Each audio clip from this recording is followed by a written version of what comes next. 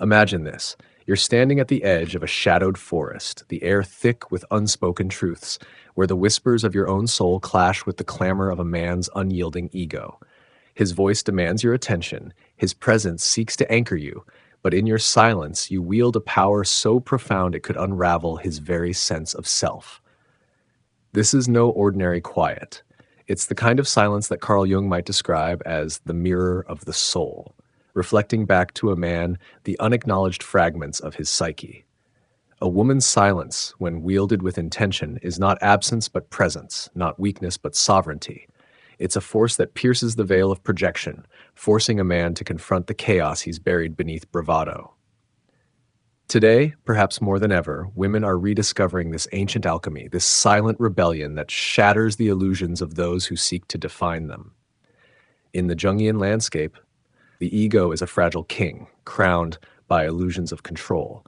It thrives on external validation, on the constant affirmation of its dominance. For a man caught in the grip of his ego, a woman's presence is often a canvas for projection, a place to cast his desires, fears, and unhealed wounds. He sees her not as she is, but as the archetype he needs, the muse, the mother, the maiden, or the shadow he dares not face within himself. When she speaks, he filters her words through this lens, twisting them to fit his narrative. But when she chooses silence, the canvas goes blank. The absence of her voice becomes a void where his projections falter, where the stories he's told himself about her and about himself begin to fray. Jung would call this the confrontation with the shadow, that hidden reservoir of unacknowledged truths. Her silence is the mirror that forces him to see what he's long avoided. Consider the man who thrives on reaction, whose sense of power hinges on eliciting a response. He provokes, he charms, he demands, each word a hook cast into the depths of her being. But what happens when the hook finds no purchase? When her silence refuses to engage, refuses to validate? The Stoics, those masters of inner fortitude, would nod in approval. Seneca wrote of the power of withholding reaction, of choosing what deserves your energy. You have power over your mind, not outside events, he declared. A woman's silence embodies this Stoic wisdom, a deliberate choice to guard her inner world from the chaos of another's ego. It's not passive, it's a declaration of boundaries, a refusal to be consumed by the narratives others impose. Now pause and feel this truth. You, too, have stood in moments where words felt like surrender, where speaking would only feed the fire of someone else's need. Have you ever noticed how your silence shifts the air? How it unnerves the man who expects your compliance, your applause, your tears? In that quiet, you become the alchemist, transmuting his projections into a mirror he cannot escape. Jung spoke of individuation, the journey toward wholeness, where one integrates the fragmented parts of the psyche. For a woman, silence can be a crucible for this process, a space where she refuses to be defined by another's gaze. It's a radical act of self-ownership, a reclaiming of her voice by choosing when to withhold it. But this silence is not born of spite or manipulation. It's not a game to wound or control. True silence, the kind that shatters, comes from a place of deep self-awareness, from the inner work of confronting one's own shadow. A woman who knows her worth doesn't need to shout it, she embodies it. Her silence is not a void, but a presence, a stillness that speaks louder than words.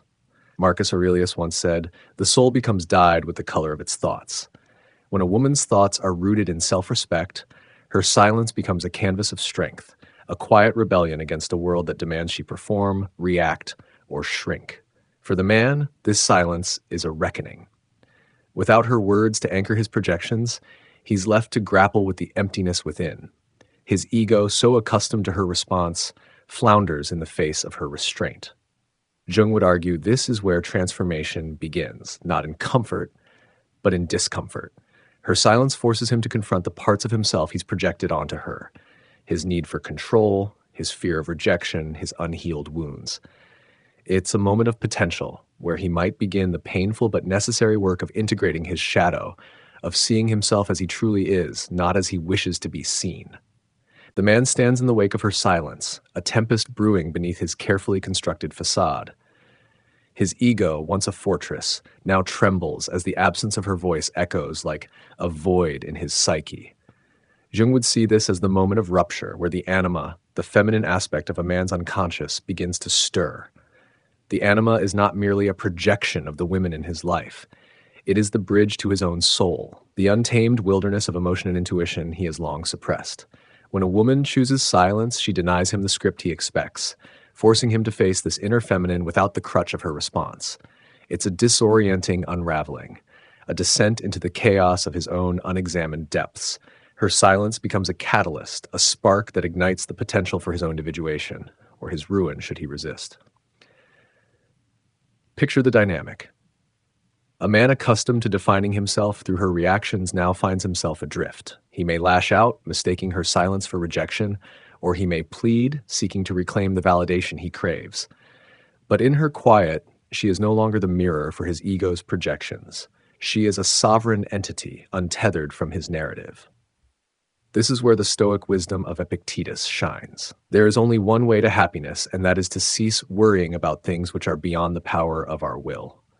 Her silence is an embodiment of this principle, a refusal to be swayed by his demands or entangled in his emotional turbulence. It's a declaration that her inner world is not his to command. And in this refusal, she forces him to confront the limits of his control, not over her, but over himself. Now, turn inward for a moment. Have you ever felt the weight of someone else's expectations pressing against your soul, demanding you bend, react, or perform? In those moments, silence is not surrender, but a reclaiming of power. It's the act of stepping back from the chaos of another's ego and choosing yourself. Jung would call this the beginning of shadow work, the courageous dive into the parts of yourself you've hidden or suppressed to appease others. For a woman, this shadow often carries the weight of societal expectations, the pressure to nurture, to please, to soften her edges for the comfort of others. Silence becomes a rebellion against these chains, a refusal to let her worth be defined by how loudly she responds or how quickly she conforms. Yet, this silence is not a weapon to be wielded carelessly. It's a sacred act, born from the depths of self-awareness. A woman who chooses silence has already begun the work of facing her own shadow, of questioning the roles she's been taught to play. She has wrestled with the fear of being misunderstood, the guilt of withholding, the temptation to fill the void with words just to ease the tension. But in her stillness, she finds clarity. She learns that her value does not depend on being seen or heard by others. It exists in the quiet certainty of her own being. This is the essence of individuation, the Jungian path to wholeness, where one integrates the fragmented self into a unified whole. Her silence is not just a response to him, it's a testament to her own becoming. For the man, this moment is a crossroads. Will he turn inward, as Jung would urge, to confront the anima he's projected onto her? Or will he cling to his ego, raging against the silence that exposes his fragility? The Stoics would counsel him to embrace the discomfort, to see it as an opportunity for growth. Marcus Aurelius wrote, "You have power over your mind, not outside events. Realize this and you will find strength." But the path is not easy. Her silence strips away the illusions he's built, leaving him raw and vulnerable. It's a mirror that reflects not just his projections, but the wounds he's carried, perhaps from childhood, perhaps from past rejections, that have shaped his need to control or conquer. And what of you, standing in this moment of quiet power? Can you feel the strength in choosing when to speak and when to hold back? Silence is not absence, it's presence magnified. It's the courage to let the world, his world, rearrange itself around your stillness. It's the alchemy of turning pain into power, of refusing to let your voice be drowned by another's need. In this silence, you are not just shattering his ego, you are forging your own. You are stepping into the archetype of the wise woman, the one who knows that true strength lies not in reaction, but in restraint. Not in noise, but in the quiet that speaks volumes. In the stillness of her silence, the woman becomes a force of nature, a quiet storm that reshapes the landscape of the man's psyche. His ego, once fortified by her engagement, now faces the erosion of its foundations. Jung would see this as the moment where the unconscious begins to rise, where the anima, his inner feminine, his bridge to vulnerability, demands to be acknowledged. Her silence is not just a refusal to play his game. It's an invitation to dive into the depths of his own soul, to confront the parts of himself he's long banished to the shadows. But this invitation is not gentle. It's a challenge, a mirror held up to his unexamined desires and fears. The man who cannot meet this challenge may spiral into defensiveness, projecting his discomfort onto her, accusing her of coldness or cruelty. Yet in truth, her silence is a gift, a chance for him to see himself clearly, if only he dares to look. This dynamic is a dance of power, but not the kind rooted in dominance. It's the power of presence, of a woman who has walked through the fire of her own shadow and emerged whole. She has faced the parts of herself that once sought approval, that feared abandonment, that believed her worth lay in how others perceived her. Through this inner work, she has learned that silence is not a retreat, but a reclamation. It's a boundary drawn in the sand, a line that says, "My soul is not yours to shape." Seneca's wisdom echoes here. We suffer more often in imagination than in reality. The man suffering in the face of her silence is often born of his own projections, his imagined loss of control, rather than any real diminishment. Her silence strips away the illusions he's clung to, leaving him to grapple with the reality of his own incompleteness. Now, feel the weight of this truth. You have the power to choose what you give your energy to. Have you ever stood in a moment where someone demanded your reaction, your tears, your anger, and you chose instead to hold your peace? In that choice, you became untouchable, a force that no amount of provocation could sway. This is the essence of Stoic resilience, the ability to stand firm in your own center while the world rages around you. For a woman, this resilience is often hard-won, forged in the crucible of societal expectations that demand she be endlessly available, endlessly responsive. To choose silence is to reject those demands, to declare that your inner world is sacred, a temple not open to those who would defile it with their unhealed wounds. The man, caught in this moment, may feel the ground shift beneath him. Without her words to anchor his sense of self, he's forced to confront the void within. Jung would call this the encounter with the shadow, the repository of all he's denied, his insecurities, his need for validation, his fear of being unseen. Her silence holds up a mirror to these truths, and the reflection can be unbearable. He may try to fill the silence with noise, anger, pleading, manipulation, but each attempt only deepens his unease. The Stoics would urge him to turn inward, to embrace this discomfort as a path to growth. Epictetus taught, "You become what you give your attention to." If he chooses to focus on her silence as a rejection, he will remain trapped in his ego's prison. But if he dares to see it as a call to self-examination, he might begin the journey toward wholeness. For the woman, this silence is not just a shield, but a forge. In choosing when to speak and when to withhold, she crafts her own identity, free from the roles others would impose. This is the heart of individuation, and the Jungian process of becoming whole by integrating the light and shadow within.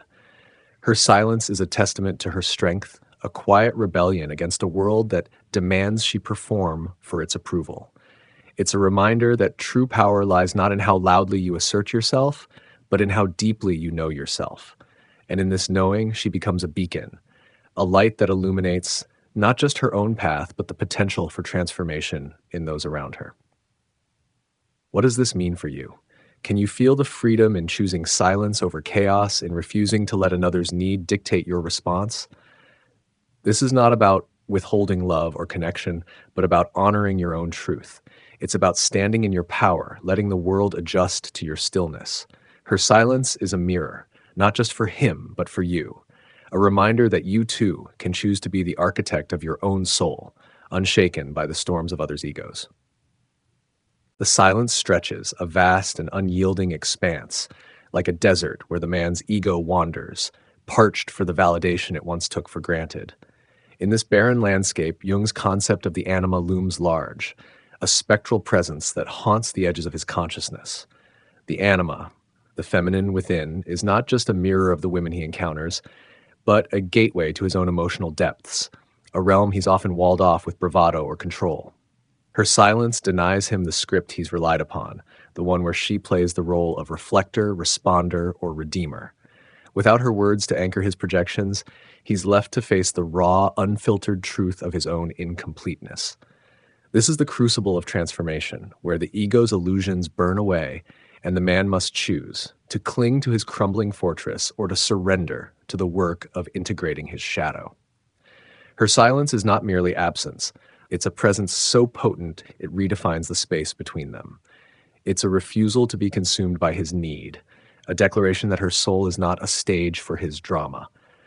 The Stoics would see this as the ultimate act of sovereignty, a living embodiment of Seneca's teaching. He who is brave is free. Her bravery lies not in confrontation, but in restraint, in the quiet courage to let his projections fall unanswered. This silence is a boundary, a sacred line that protects her inner world from the chaos of his unhealed wounds. It's a reminder that true power is not in dominating another, but in mastering oneself. For the woman who chooses silence, every moment of stillness is a step toward individuation, a reclaiming of her essence from the role society has pressed upon her. Now, pause and consider this. Have you ever felt the pull to fill the silence, to soothe another's discomfort with your words? Yet, in choosing to hold your ground, you've tasted the freedom of being unshackled from their expectations. This is the alchemy of silence, the transformation of vulnerability into strength. Jung would argue that this act of withholding is not just about boundaries, but about confronting the shadow within, the parts of you that fear being misunderstood, that crave approval, that whisper you must explain yourself to be worthy. To choose silence is to face those fears and emerge stronger, to realize that your worth is not contingent on another's validation. It's a radical act of self-love, a refusal to let your light be dimmed by someone else's need to feel powerful.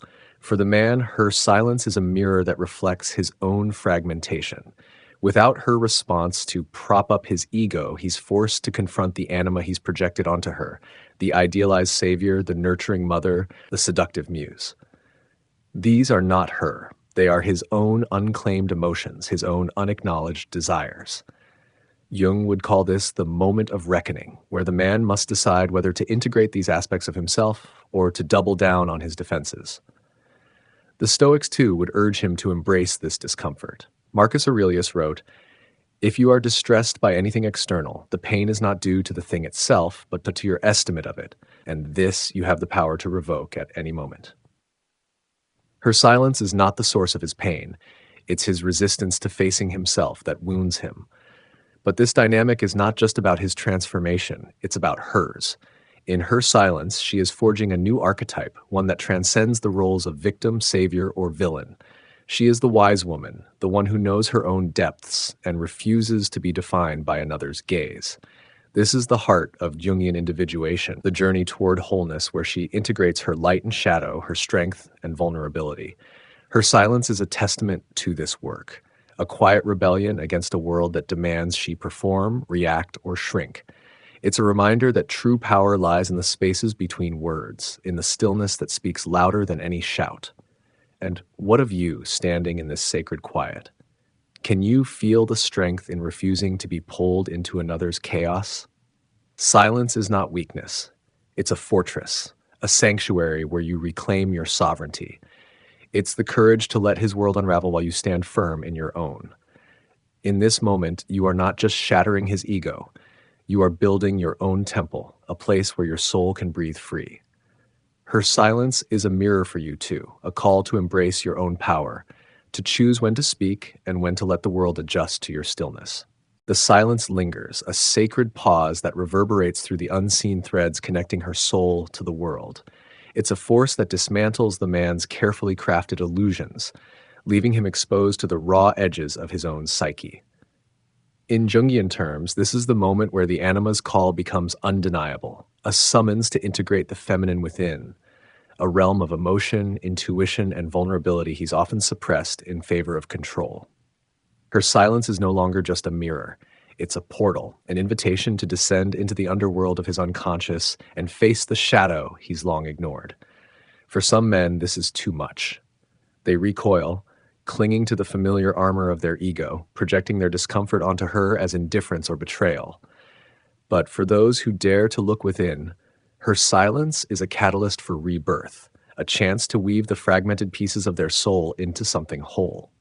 Her silence is a testament to her own journey, a beacon of the inner work she's undertaken to reclaim her power. She has faced the archetypes thrust upon her, the nurturing mother, the compliant maiden, the seductive siren, and chosen instead to embody the wise woman, the one who stands in her truth without apology. This is the essence of individuation, the Jungian path to wholeness, where she integrates her shadow, her light, and all the contradictions that make her human. Her silence is not a retreat from connection, but a declaration of self-ownership, a refusal to let her essence be shaped by another's need. The Stoics would applaud this, echoing Epictetus, "No man is free who is not master of himself." In her stillness, she is free, not because she rejects others, but because she chooses herself first. Now, feel this deeply. Have you ever stood in a moment where silence felt like the only truth? Where words would have diluted your power or betrayed your soul's quiet strength? In those moments, you've touched the divine within you. The part that knows your worth is not measured by how much you give or how loudly you speak. This is the alchemy of silence, the transformation of external chaos into internal clarity. Jung would see this as the confrontation with your own shadow, the parts of you that have been conditioned to seek approval, to fear abandonment, to believe you must perform to be seen. To choose silence is to rewrite that script, to declare that your value exists in the quiet certainty of your own being, unshaken by the demands of others. For the man, her silence is a crucible, a space where his ego is tested and his soul is called to account.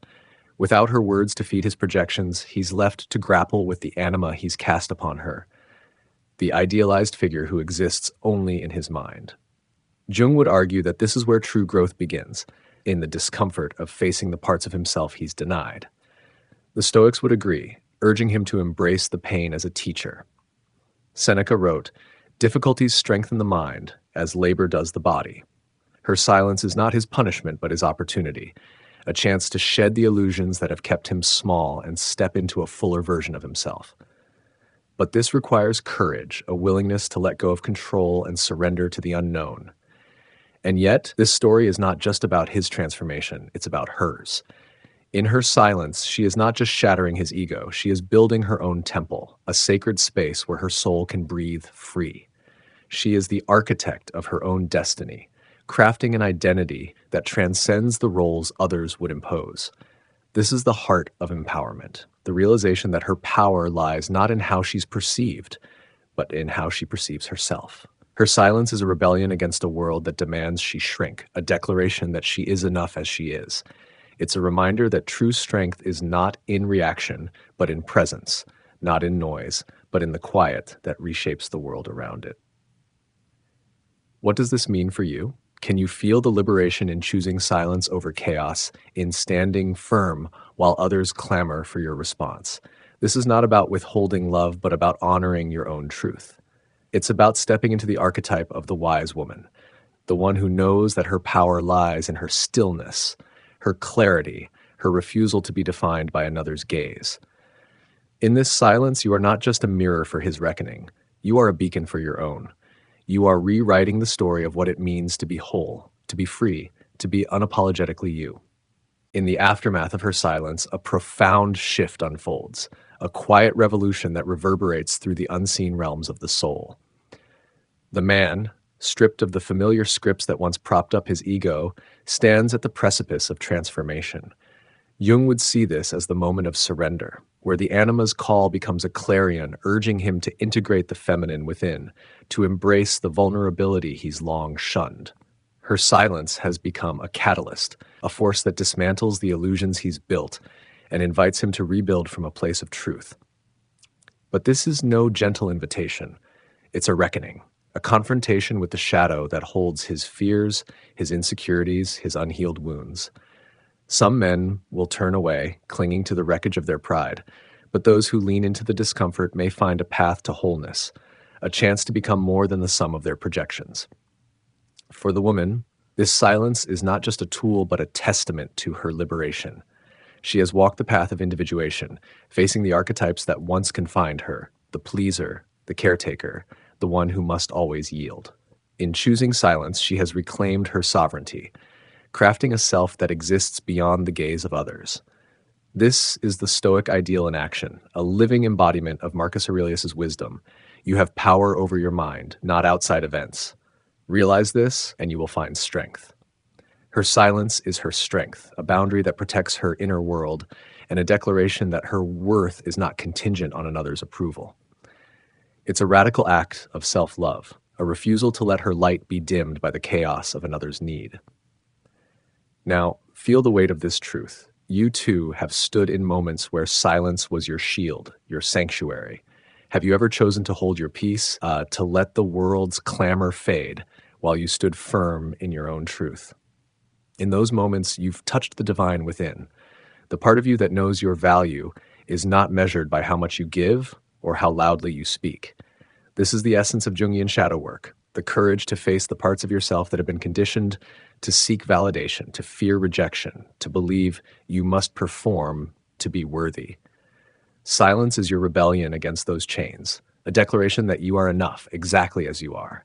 The man caught in the wake of her silence may feel the ground crumble beneath him. Without her words to anchor his sense of self, he's forced to confront the void within, the anima he's projected, the wounds he's ignored. Jung would call this the moment of integration, where the ego's illusions give way to a deeper truth. The Stoics would urge him to embrace this discomfort, to see it as a forge for growth. Seneca wrote, "There is no person so severely punished as those who subject themselves to the whip of their own remorse." Her silence is not his punishment, it's his mirror, reflecting the work he must do to become whole. But this requires humility, a willingness to let go of control and step into the unknown. And yet, the true power of this moment lies in her transformation. In her silence, she has become the wise woman, the archetype who knows her own depths and refuses to be defined by another's need. This is the culmination of her individuation, the integration of her light and shadow into a self that is whole, unbroken, free. Her silence is not just a refusal to engage. It's a celebration of her own becoming, a testament to the inner work that has brought her to this place of peace. She no longer seeks validation from the world, for she has found it within. This is the freedom the Stoics spoke of, the liberation that comes from mastering oneself. What does this mean for you? Can you feel the rebirth in choosing silence, in standing firm while the world demands your reaction? This is not about shutting others out, but about opening the door to your own soul. It's about stepping into your power, letting your stillness reshape the world around you. In this silence, you are not just a mirror for another's reckoning. You are a beacon of your own liberation. You are the architect of your own destiny, the one who knows that true strength lies in presence, not performance. The woman who knows her worth doesn't chase, she chooses.